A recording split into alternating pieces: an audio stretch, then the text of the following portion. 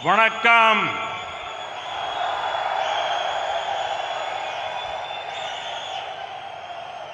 तमिलनाडु के governor RN. Ravi ji, मंत्रिमंडल में मेरे सहयोगी किंजरापू राम मोहन नायडू जी, डॉक्टर एल. मुरुगन जी, तमिलनाडु के मंत्री तंगम तेनरसु जी, डॉक्टर टी.आर.बी. राजा जी, पी. गीता जीवन जी, अनीता आर. राधाकृष्णन जी, सांसद कनिमोळी जी, तमिलनाडु भारतीय जनता पार्टी के अध्यक्ष और हमारे एमएलए नयनार नागेंद्रन जी और तमिलनाडु के मेरे भाई और बहनों, आज करगिल विजय दिवस है। मैं सर्वप्रथम कारगिल के वीरों को नमन करता हूं, शहीदों को श्रद्धांजलि देता हूं। वणक्कम।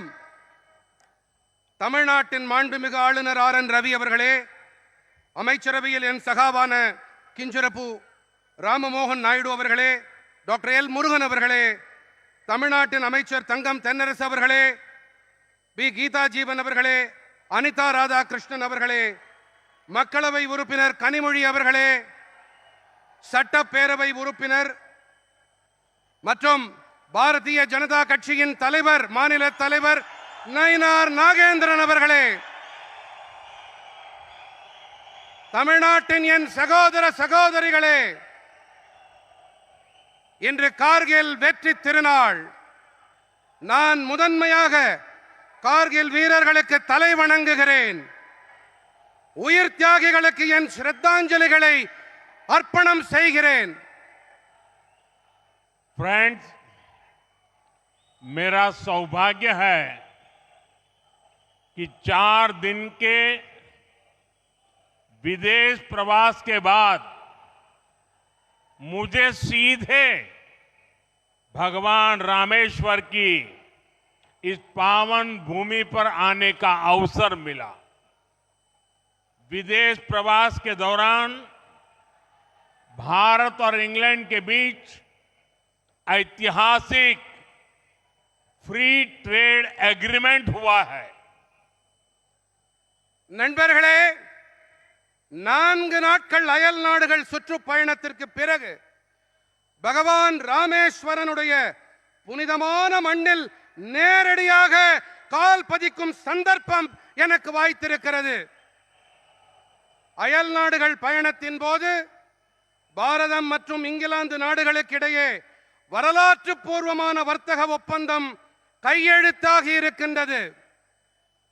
ये भारत पर दुनिया के बढ़ते भरोसे और भारत के नए आत्मविश्वास का प्रतीक है। इसी आत्मविश्वास से हम विकसित भारत बनाएंगे, विकसित तमिलनाडु बनाएंगे। பாரதம் மீது உலகம் அதிகரித்து வரும் நம்பிக்கை, பாரதத்தின் புதிய தன்னம்பிக்கை ஆகியவற்றின் அடையாளம் இது. இந்த தன்னம்பிக்கையோடு நாம் வளர்ச்சியடைந்த பாரதத்தை படைப்போம், வளர்ச்சியடைந்த தமிழ்நாட்டை உருவாக்குவோம்.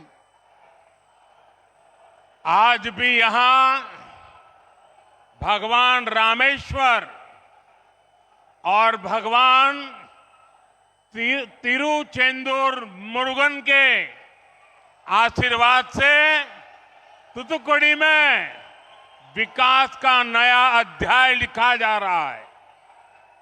2014 में तमिलनाडु को डेवलपमेंट के शिखर पर ले जाने का जो मिशन शुरू हुआ था, तूतुकुड़ी लगातार उसका साक्षी बन रहा है।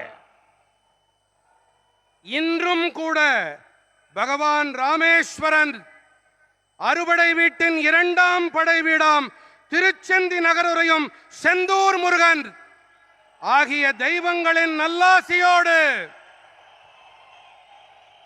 தூத்துக்குடியில் வளர்ச்சி பணிகளின் புதிய அத்தியாயம் எழுதப்பட்டு வருகின்றது.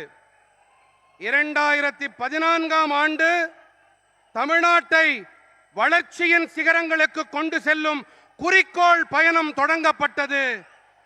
தொடர்ந்து அதன் சாட்சியாக தூத்துக்குடி ஆகிக் கொண்டிருக்கின்றது. फ्रेंड्स, पिछले साल फरवरी में मैंने यहां वीओ चिदंबरनार पोर्ट के लिए आउटर हार्बर कंटेनर टर्मिनल का शिलान्यास किया था। उस समय सैकड़ों करोड़ रुपए के प्रोजेक्ट का इनॉग्रेशन भी हुआ था। सितंबर में मैंने नए तूतुकुड़ी इंटरनेशनल कंटेनर टर्मिनल का लोकार्पण किया था। நண்பர்களே, கடந்த ஆண்டு பிப்ரவரி மாதம் நான் இங்கே வாவு சிதம்பரனார் துறைமுகத்திலே வெளிப்புற துறைமுக சரக்கு பெட்டி முனையத்திற்கான அடிக்கல் நாட்டினேன். பல நூற்றுக்கணக்கான கோடி ரூபாய் பெருமானம் உள்ள திட்டங்களை அப்போது நான் தொடக்கி வைத்தேன். செப்டம்பரிலே புதிய தூத்துக்குடி சர்வதேச சரக்கு பெட்டி முனையத்தை குடிமக்களுக்கு நான் அர்ப்பணம் செய்தேன். आज एक बार फिर यहां 4800 करोड़ रुपीस के प्रोजेक्ट का लोकार्पण और शिलान्यास किया गया है। इनमें एयरपोर्ट, हाईवेज, पोर्ट्स और रेलवे के प्रोजेक्ट्स हैं और पावर सेक्टर से जुड़े अहम इनिशिएटिव भी है। मैं आप सभी को, तमिलनाडु की जनता को इसकी बहुत बहुत बधाई देता हूं। இன்று 4800 கோடி ரூபாய் பெருமானம் உள்ள திட்டங்கள் மக்களுக்கு அர்ப்பணிக்கப்படவும் இருக்கின்றன, அடிக்கல் நாட்டப்படவும் இருக்கின்றன. இவற்றில் விமான நிலையங்கள், நெடுஞ்சாலைகள், துறைமுகங்கள் மற்றும் ரயில்வே துறையின் திட்டங்களோடு எரிசக்தி துறை சார்ந்த முக்கியமான முன்னெடுப்புகள் இருக்கின்றன. நான் உங்கள் அனைவருக்கும், தமிழ்நாட்டின் மக்களுக்கும் இதன் பொருட்டு வாழ்த்துக்களை தெரிவித்துக் கொள்கிறேன். साथियों, इंफ्रास्ट्रक्चर और एनर्जी ये किसी भी स्टेट के डेवलपमेंट की बैकबोन होते हैं। इन 11 इयर्स में इंफ्रा और एनर्जी पर हमारा फोकस ये बताता है कि तमिलनाडु का विकास हमारी कितनी बड़ी प्रायोरिटी है। आज की सभी परियोजनाएं भी तूतुकुड़ी और तमिलनाडु को कनेक्टिविटी, क्लीन एनर्जी और नई अपॉर्चुनिटीज का हब बनाएगी। நண்பர்களே, உள்கட்டமைப்பு மற்றும் எரிசக்தி இவை எந்த ஒரு மாநிலத்தின் முன்னேற்றத்திற்கும் முதுகெலும்பு போன்றவை. இந்த 11 ஆண்டுகளிலே உள்கட்டமைப்பு மற்றும் எரிசக்தி துறைகளின் மீது நமது முனைப்பான கவனம் நமக்கு என்ன தெரிவிக்கிறது என்றால், தமிழ்நாட்டின் வளர்ச்சி நமக்கு எத்தனை முதன்மையானது என்பதைத்தான். இன்றைய அனைத்து திட்டங்களும் இணைப்பு திறன், மாசேற்படுத்தா எரிசக்தி, மற்றும் புதிய வாய்ப்புகள் ஆகியவற்றின் மையப்புள்ளியாக தூத்துக்குடியையும் தமிழ்நாட்டையும் உருவாக்கும். साथियों, तमिलनाडु और तूतुकुड़ी की धरती ने, यहां के लोगों ने सदियों से समृद्ध और सशक्त भारत के लिए अपना योगदान दिया है. इसी धरती पर वी.ओ. चिदंबरम पिल्लई जैसे विजनरी पैदा हुए. उन्होंने गुलामी के दौर में भी समुद्र के जरिए व्यापार की ताकत को समझा. उन्होंने समंदर में स्वदेशी जहाज चलाकर अंग्रेजों को चुनौती दी.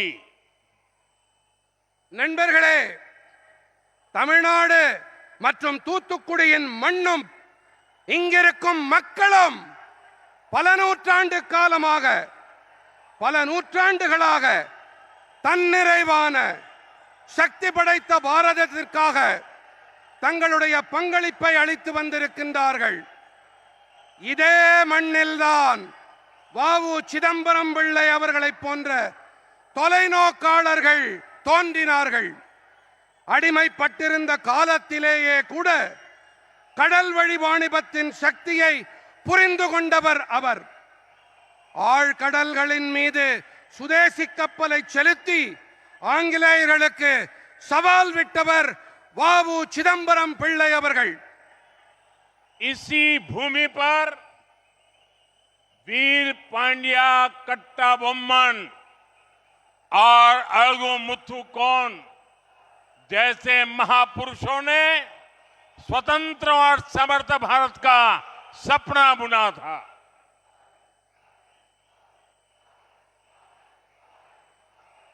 இந்த மண்ணில்தான் வீரபாண்டிய கட்டபொம்மன், அழகுமுத்துக்கோன் போன்ற மாமனிதர்கள் சுதந்திரமான வல்லமை மிகு பாரதம் படைக்கும் கனவை காணச் செய்தார்கள். सुब्रमण्यम भारती जैसे राष्ट्र कवि का जन्म भी यहीं पास में हुआ था. आप सब जानते हैं सुब्रमण्यम भारती जी का जितना मजबूत रिश्ता तूतुकुड़ी से था, उतना ही मजबूत रिश्ता मेरे संसदीय क्षेत्र मेरी काशी से भी है. हम काशी तमिल संगमम जैसे आयोजनों के जरिए अपनी सांस्कृतिक धरोहर को लगातार मजबूत कर रहे हैं. சுப்பிரமணிய பாரதி போன்ற தேசிய கவியும் கூட இங்கே அருகேதான் பிறந்திருக்கிறார். நீங்கள் அனைவரும் நன்கறிவீர்கள், சுப்பிரமணிய பாரதிக்கு எத்தனை பலமான உறவு தூத்துக்குடியோடு இருக்கின்றதோ அதே அளவு பலமான உறவு என்னுடைய நாடாளுமன்ற தொகுதியான காசியோடும் இருக்கின்றது. காசி தமிழ்ச் சங்கமம் போன்ற ஏற்பாடுகள் வாயிலாக நமது கலாச்சார மரபுகளை நாங்கள் தொடர்ந்து வலுப்படுத்திக் கொண்டு வருகின்றோம். फ्रेंड्स, मुझे याद है पिछले वर्ष ही मैंने तूतुकुड़ी के प्रसिद्ध पर्ल्स बिल गेट्स को उपहार में दिए थे. वो पर्ल्स उन्हें बहुत पसंद आए थे. यहां के पांड्या पर्ल्स एक समय पर पूरी दुनिया में भारत की इकोनॉमिक पावर का सिंबल हुआ करते थे. நண்பர்களே, கடந்த ஆண்டுதான் நான் தூத்துக்குடியின் பிரபலமான முத்துக்களை பில்கேட்ஸுக்கு பரிசாக அளித்தது எனக்கு நன்றாக நினைவிருக்கின்றது. அவருக்கு அந்த நல்முத்துக்கள் மிகவும் பிடித்திருந்தது. நமது பாண்டி நாட்டு முத்துக்கள் ஒரு காலத்தில் உலகம் முழுவதிலும் பாரதத்தின் பொருளாதார வல்லமையின் அடையாளமாக இருந்து வந்தது. साथियों, आज हम यहां अपने प्रयासों से विकसित तमिलनाडु और विकसित भारत के विजन को आगे बढ़ा रहे हैं। ब्रिटेन और भारत के बीच फ्री ट्रेड एग्रीमेंट हुआ है। एफटीए भी इसी विजन को गति देता है। நண்பர்களே, இன்று நாம் இங்கே நமது முயற்சிகளின் காரணமாக வளர்ச்சியடைந்த தமிழ்நாடு மற்றும் வளர்ச்சியடைந்த பாரதம் என்ற தொலைநோக்கினை முன்னெடுத்து முன்னேறிக் கொண்டிருக்கின்றோம். பிரிட்டன் மற்றும் பாரதத்திற்கு இடையே நடந்த எஃப்டிஏ தடையில்லா வர்த்தக ஒப்பந்தமும் கூட இந்த தொலைநோக்கிற்கு வேகம் அளிக்கின்றது. आज भारत की ग्रोथ में दुनिया अपनी ग्रोथ देख रही है। ये एग्रीमेंट भी भारत की अर्थव्यवस्था को नई मजबूती देगा। इससे दुनिया की तीसरी बड़ी इकोनॉमी बनने की हमारी रफ्तार और तेज होगी। இன்று பாரதத்தின் வளர்ச்சியிலே உலகம் தனது வளர்ச்சியை காண்கிறது. இந்த ஒப்பந்தமும் கூட பாரதத்தின் பொருளாதாரத்திற்கு புதிய பலத்தை அளிக்கும். இதனால் உலகத்தின் மூன்றாவது பெரிய பொருளாதாரமாக ஆகும். நமது வேகம் இன்னும் விரைவாகும். साथियों, इस एफटीए एग्रीमेंट के बाद ब्रिटेन में बिकने वाले 99% भारतीय प्रोडक्ट्स पर कोई टैक्स नहीं लगेगा। ब्रिटेन में भारतीय चीजें सस्ती होंगी तो वहां डिमांड बढ़ेगी और यहां भारत में उन चीजों के निर्माण के लिए ज्यादा मौके बनेंगे। நண்பர்களே, இந்த ஒப்பந்தத்திற்கு பிறகு பிரிட்டனில் விற்பனையாகும் 99% பாரத நாட்டு பொருட்களின் மீது எந்த ஒரு வரியும் விதிக்கப்படாது. பிரிட்டனில் பாரத நாட்டு பொருட்கள் விலை மலிவானவையாக இருக்கும். அங்கே அவற்றுக்கான தேவை அதிகரிக்கும். அதே வேளையில் இங்கே பாரதத்திலே அந்த பொருட்களை உருவாக்க அதிக வாய்ப்புகள் உருவாகும். साथियों, भारत ब्रिटेन एफटीए से तमिलनाडु के युवाओं को, हमारे छोटे उद्योगों, एमएसएमईज को, स्टार्टअप्स को सबसे अधिक लाभ होगा।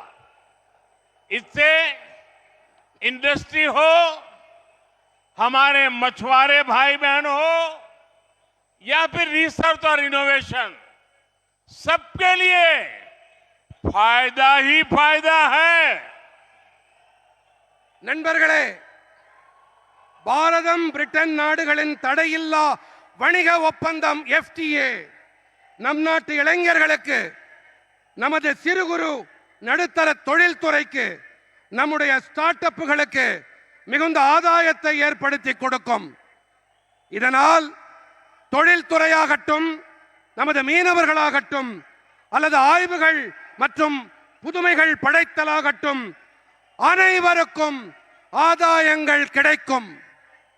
साथियों, आज भारत सरकार का मेक इन इंडिया और मिशन मैन्युफैक्चरिंग पर बहुत जोर है। आप सभी ने अभी ऑपरेशन सिंदूर के दौरान मेक इन इंडिया की ताकत देखी है। आतंक के ठिकानों को मिट्टी में मिलाने में मेड इन इंडिया हथियारों की बड़ी भूमिका रही है। भारत में बने हथियार आज भी आतंक के आकाओं की नींद उड़ाए हुए हैं। நண்பர்களே, இன்று மேக் இன் இந்தியா, இந்தியாவில் தயாரிப்போம் மற்றும் மிஷன் மேனுஃபேக்சரிங், இந்தியாவில் தயாரிக்கும் திட்டத்துக்கும் பாரத அரசு அதிக வலு சேர்க்கிறது. ஆபரேஷன் சிந்தூரின் போது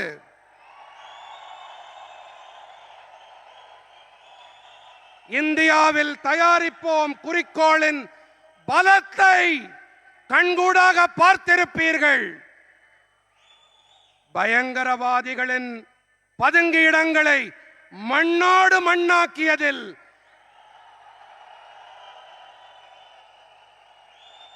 இந்தியாவில் தயாரிக்கப்பட்ட ஆயுதங்களின் பெரும் பங்களிப்பு இருந்தது. நம் நாட்டில் தயாரிக்கப்பட்ட ஆயுதங்கள் இன்றும் கூட பயங்கரவாதத்தை ஆதரித்தவர்களை தூங்க விடாமல் செய்திருக்கிறது. फ्रेंड्स, तमिलनाडु के पोटेंशियल का पूरा इस्तेमाल करने के लिए भारत सरकार तमिलनाडु के इंफ्रास्ट्रक्चर को आधुनिक बनाने का प्रयास कर रही है। तमिलनाडु में हम पोर्ट इंफ्रास्ट्रक्चर को हाईटेक बना रहे हैं, साथ ही एयरपोर्ट, हाईवेज और रोडवेज को भी आपस में इंटीग्रेट कर रहे हैं।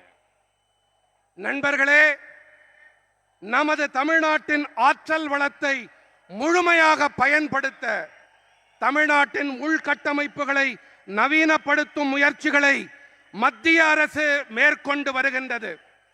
தமிழ்நாட்டிலே நாங்கள் துறைமுக கட்டமைப்பை உயர் தொழில்நுட்பம் உடையதாக ஆக்கிக் கொண்டிருக்கின்றோம். இதோடு கூடவே விமான நிலையங்கள், நெடுஞ்சாலைகள் மற்றும் ரயில்வே துறை ஆகியவற்றுக்கு இடையேயும் கூட பரஸ்பர ஒருங்கிணைப்பை ஏற்படுத்திக் கொண்டு வருகின்றோம். आज तूतुकुड़ी एयरपोर्ट के नए एडवांस टर्मिनल का शुभारंभ इसी दिशा में एक और बड़ा कदम है। 450 करोड़ रुपीस की कॉस्ट से बना ये टर्मिनल अब हर साल 20 लाख से ज्यादा पैसेंजर्स को होस्ट करेगा। पहले ये सालाना कैपेसिटी केवल 3 लाख पैसेंजर की थी। இன்று தூத்துக்குடி விமான நிலையத்தின் புதிய மேம்படுத்தப்பட்ட முனையத்தின் தொடக்க விழா இந்த திசையிலே மேலும் ஒரு பெரிய முன்னெடுப்பாகும். 450 கோடி ரூபாய் செலவில் உருவாக்கப்பட்டிருக்கும் இந்த முனையம் இப்போது ஒவ்வொரு ஆண்டும் 20 லட்சத்திற்கும் அதிகமான பயணிகளை வரவேற்கும். முன்பு ஆண்டுக்கு வெறும் 3 லட்சம் பயணிகளை மட்டும் கையாளும் திறன் கொண்டதாக இருந்தது இது. साथियों, नए टर्मिनल के बाद देश के कई और रूट्स तक तूतुकुड़ी की कनेक्टिविटी बढ़ेगी। तमिलनाडु में corporate travel, education hub, health infrastructure को इससे ज्यादा फायदा होगा। साथ ही इस इलाके के टूरिज्म पोटेंशियल को भी नई एनर्जी मिलेगी। நண்பர்களே, இந்த புதிய முனையம் தொடக்கப்பட்ட பிறகு இனி வரவிருக்கும் காலத்திலே தேசத்தின் மேலும் பல வழிகள் வரை தூத்துக்குடியின் இணைப்பு அதிகரிக்கும். அப்போது இங்கிருக்கும் வியாபாரத்துக்கும் தொழில்களுக்கும் ஊக்கம் கிடைக்கும். தமிழ்நாட்டின் பெருநிறுவன பயணங்கள், கல்வித்துறை மையங்கள், உடல்நல கட்டமைப்பு ஆகியவற்றுக்கு இதனால் ஆதாயங்கள் ஏற்படும். இதோடு கூடவே இந்த பகுதியில் சுற்றுலாவுக்கான சாத்தியக்கூறுகளுக்கும் புதிய ஆற்றல் கிடைக்கும். साथियों, आज हमने तमिलनाडु के 2 मेजर रोड प्रोजेक्ट्स को भी जनता को समर्पित किया है. करीब 2500 करोड़ रुपीस से बनी ये रोड्स 2 मेजर डेवलपमेंट एरिया को चेन्नई से जोड़ने जा रही है. इन रोड्स की वजह से डेल्टा जिलों से चेन्नई की कनेक्टिविटी और बेहतर हुई है. நண்பர்களே, இன்று நாம் தமிழ்நாட்டின் 2 பெரிய சாலை கட்டமைப்புகளையும் கூட மக்களுக்கு அர்ப்பணித்திருக்கின்றோம். கிட்டத்தட்ட 2500 கோடி ரூபாய் செலவில் உருவாக்கப்பட்ட இந்த சாலைகள் 2 பெரிய வளர்ச்சி பகுதிகளை சென்னையோடு இணைக்க இருக்கின்றன. இந்த சாலைகள் டெல்டா மாவட்டங்களை சென்னையோடு சிறப்பாக இணைக்கும் பணியை ஆற்றும். साथियों, इन प्रोजेक्ट्स की मदद से तूतुकुड़ी पोर्ट की कनेक्टिविटी भी बहुत बेहतर हुई है. ये रोड्स इस पूरे इलाके के लिए ईज ऑफ लिविंग को भी बढ़ाएगी, साथ ही ट्रेड और एम्प्लॉयमेंट के नए रास्ते भी खोलेगी. நண்பர்களே, இந்த திட்டங்களின் உதவியோடு தூத்துக்குடி துறைமுகத்தின் இணைப்பும் கூட இன்னும் சிறப்பாக ஆகியிருக்கிறது.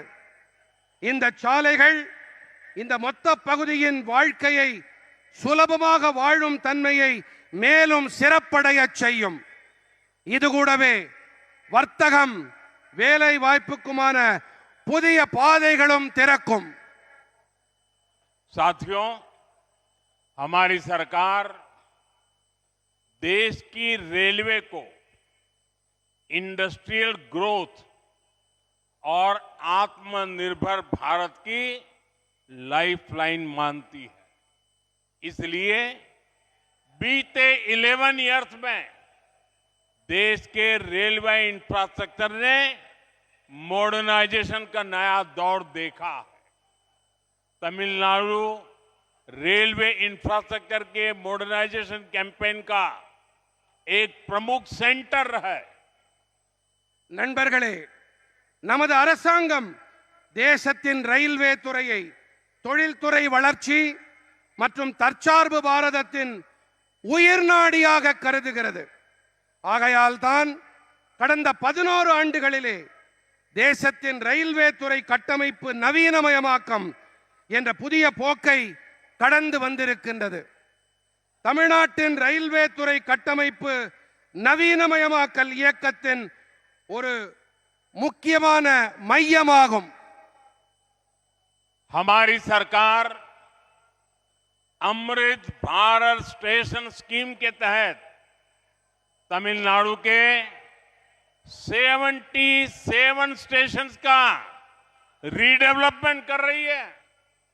आधुनिक वंदे भारत ट्रेनों के जरिए तमिलनाडु के लोगों को नया एक्सपीरियंस मिल रहा है. देश का पहला और अनूठा vertical lift rail bridge Pamban bridge भी तमिलनाडु में बना है. पंबन ब्रिज से ईज ऑफ डूइंग बिजनेस और ईज ऑफ ट्रैवल दोनों बढ़ा है.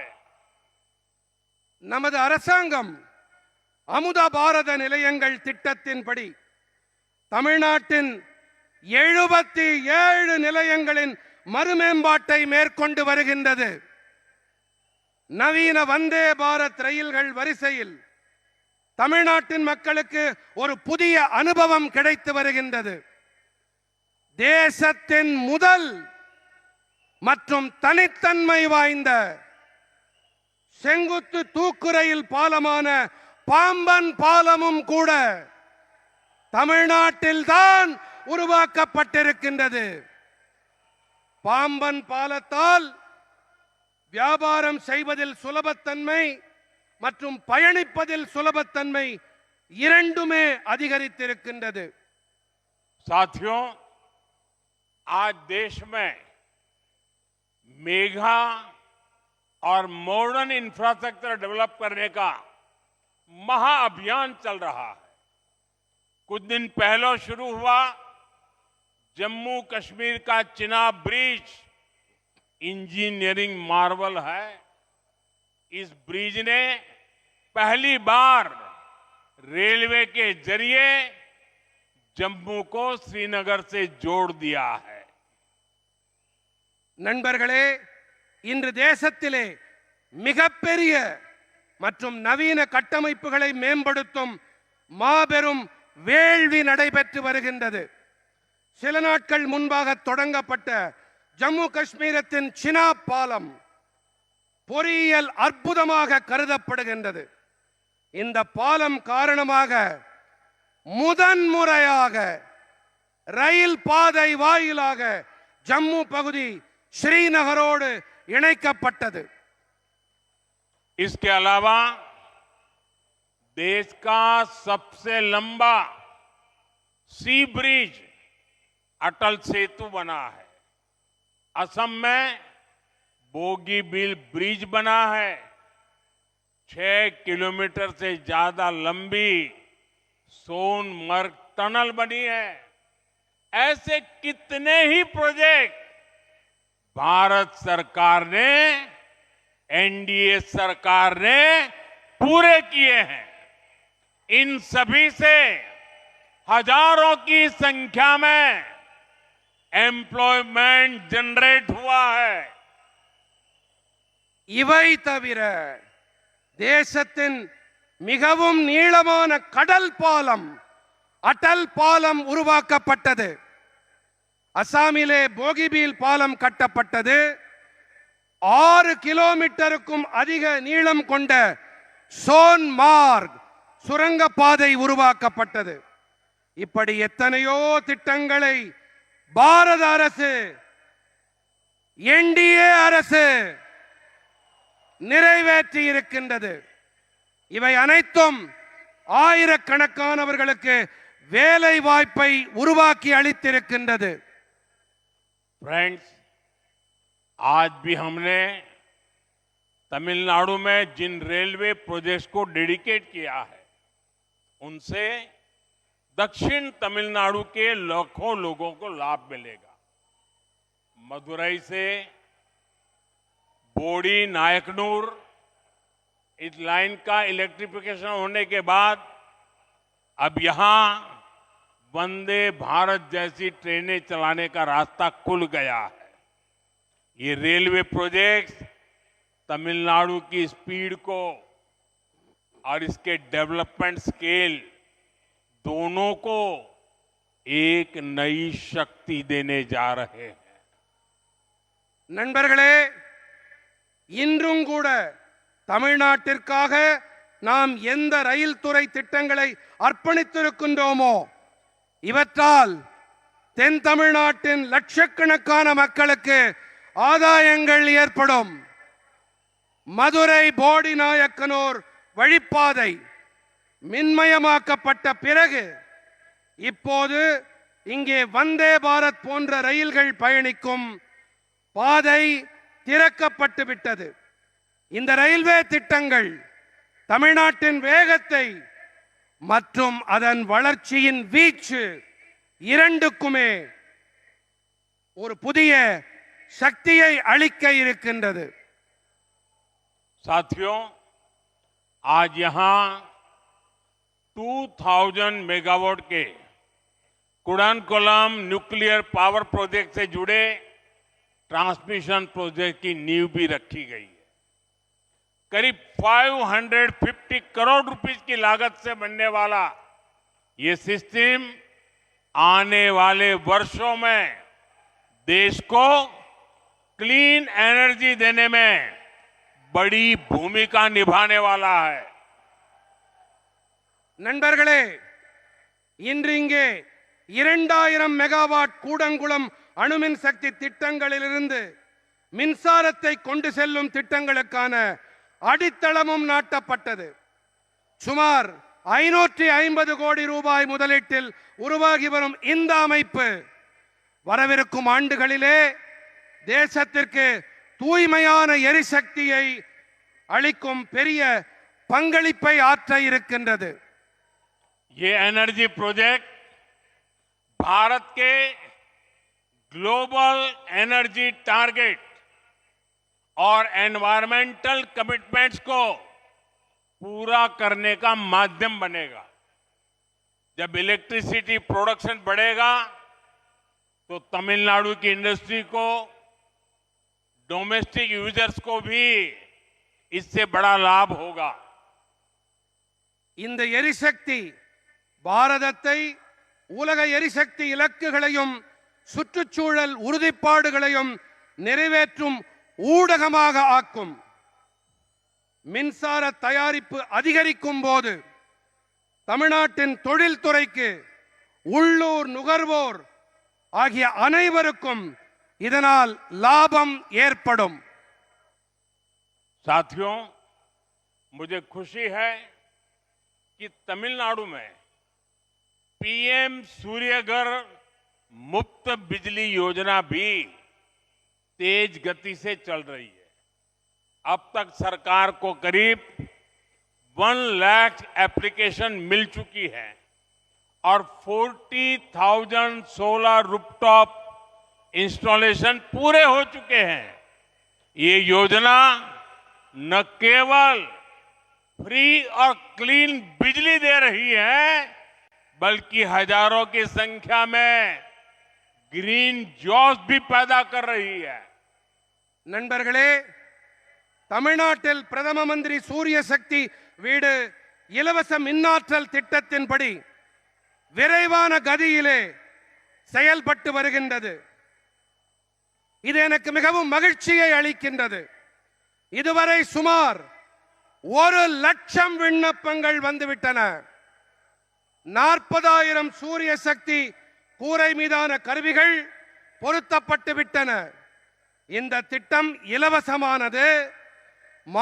மாசேற்படுத்தா மின் சக்தியை அளிப்பது மட்டுமல்ல, ஆயிரக்கணக்கான எண்ணிக்கையில் பசுமை வேலை வாய்ப்புகளை உருவாக்கி கொண்டும் வருகின்றது. साथियों, तमिलनाडु का डेवलप तमिलनाडु का सपना, ये हमारा कोर कमिटमेंट है. हमने तमिलनाडु के डेवलपमेंट से जुड़ी पॉलिसीज को निरंतर प्राथमिकता दी है. நண்பர்களே, தமிழ்நாட்டின் வளர்ச்சி, மேம்பட்ட தமிழ்நாடு என்ற கனவு, இவை நமது முக்கியமான உறுதிப்பாடுகளாகும்.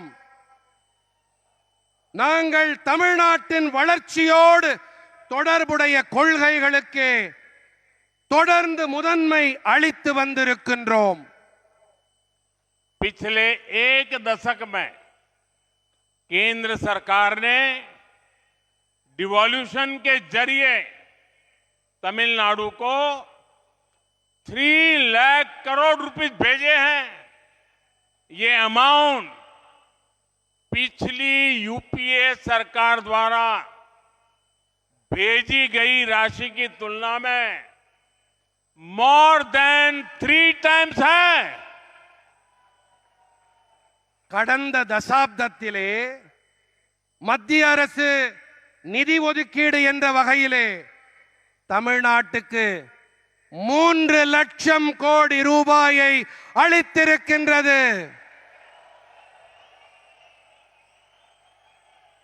இந்த தொகை கடந்த யூபிஏ அரசாங்கம் வாயிலாக அளிக்கப்பட்ட தொகையோடு ஒப்பீடு செய்யும் போது 3 மடங்குக்கும் அதிகமானது.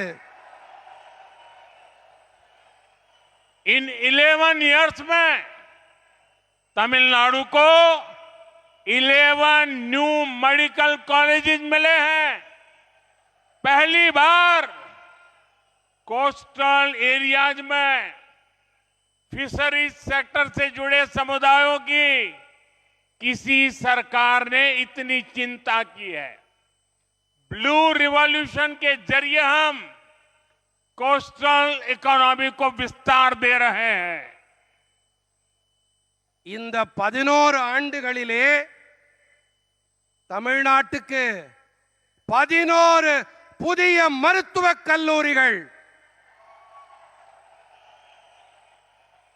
முதன்முறையாக கரையோர பகுதிகளின் மீன்பிடி துறையோடு தொடர்புடைய சமூகங்களுக்கு எந்த ஒரு அரசும் இத்தனை கரிசனத்தையும் அக்கறையையும் வெளிப்படுத்தியதே இல்லை.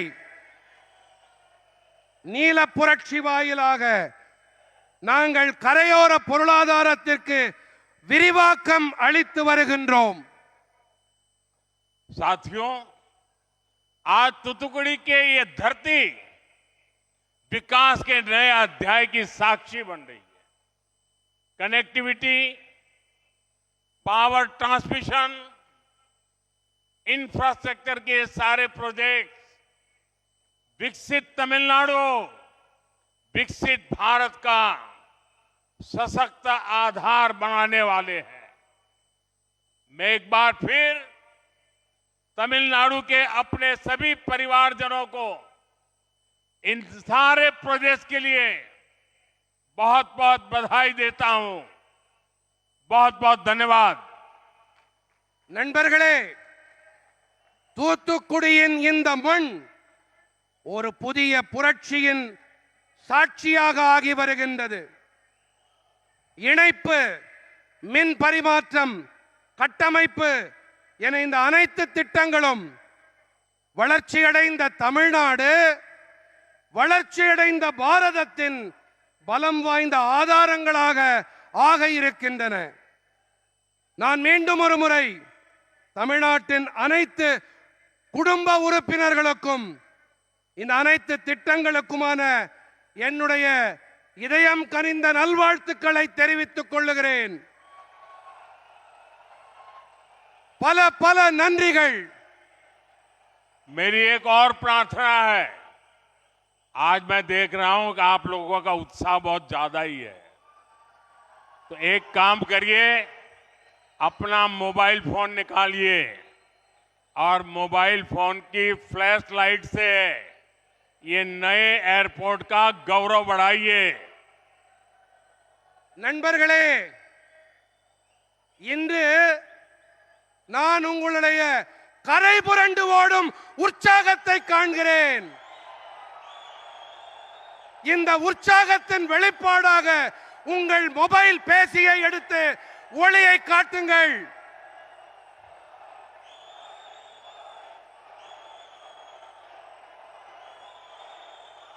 भारत माता की, भारत माता की, भारत माता की। बहुत बहुत धन्यवाद। वणक्कम।